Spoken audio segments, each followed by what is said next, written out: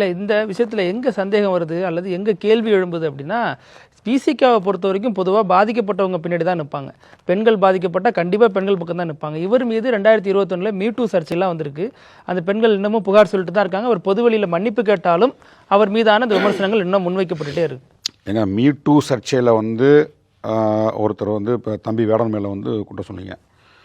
இப்போ இந்த மீ2 என்கின்ற இந்த அமைப்புக்கு, இந்த அமைப்பால் குற்றம் சாட்டப்படாதவர்கள் வந்து எல்லாருமே வந்து பரிசுத்தமானவர்களா?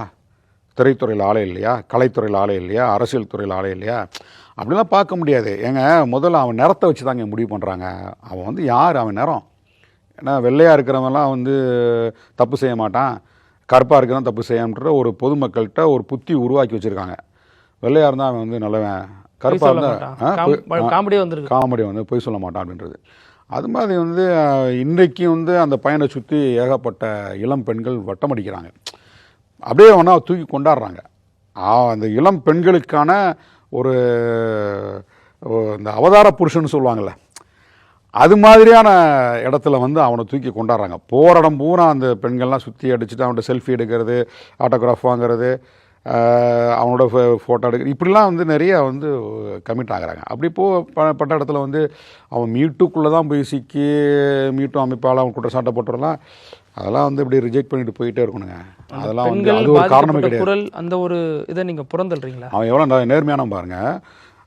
தம்பி வந்து கஞ்சா வச்சுருக்கேன்னு சொல்லி நீதிமன்றத்தில் கொண்டு போய் ஒப்படைக்கிறாங்க. ஆமாம், நான் கஞ்சா குடித்தேன், எனக்கு அப்படி ஒரு பழக்கம் இருந்தது. இன்றைக்கு வந்து மக்கள் வந்து என்னை கொண்டாடுறாங்க, என்னை நம்புகிறாங்க, மாணவர்கள் இளைஞர்கள் என்னை நம்புகிறாங்க. அப்போ இந்த பழக்கத்திலேருந்து நான் விடுபடுறேன், யார் இந்த பழக்கத்துக்கு வந்து அடிமையாக வேணான்னு சொல்லி ஒப்புதல் வாக்குமூலம் கொடுக்குறேன். ஏன் அப்படின்னா, அந்த தம்பியுடைய வாழ்க்கை முறை இருக்குது பாருங்கள், ரொம்ப ஒரு போராட்டமயமான வாழ்க்கை, ஒரு ஏழ்மையான வாழ்க்கை முறையிலேருந்து வந்த தம்பி. அவங்க அம்மா வந்து யாருன்னு தெரியும், ஒரு ஈழத்தமிழர், அப்பா வந்து ஒரு மலையாளி. கூலி வேலை, கட்டடத்து வேலைக்கு போயிருக்கா. அப்படி ஆரம்பத்துலலாம் கட்டடத்து வேலைக்கு போயிட்டு கூலி வேலைலாம் பார்த்துருக்காரு. அதில் என்ன பெருசாக வருமானம் கிடச்சிட போகுது? ஸோ அந்த ஒரு கட்டட தொழிலாளியாக இருக்கும்போது அவங்க என்ன நட்பு உருவாகுதோ, அந்த நட்பில் என்ன பழக்க வழக்கங்கள் கிடைக்குதோ அப்படி தான் பழக முடியும்.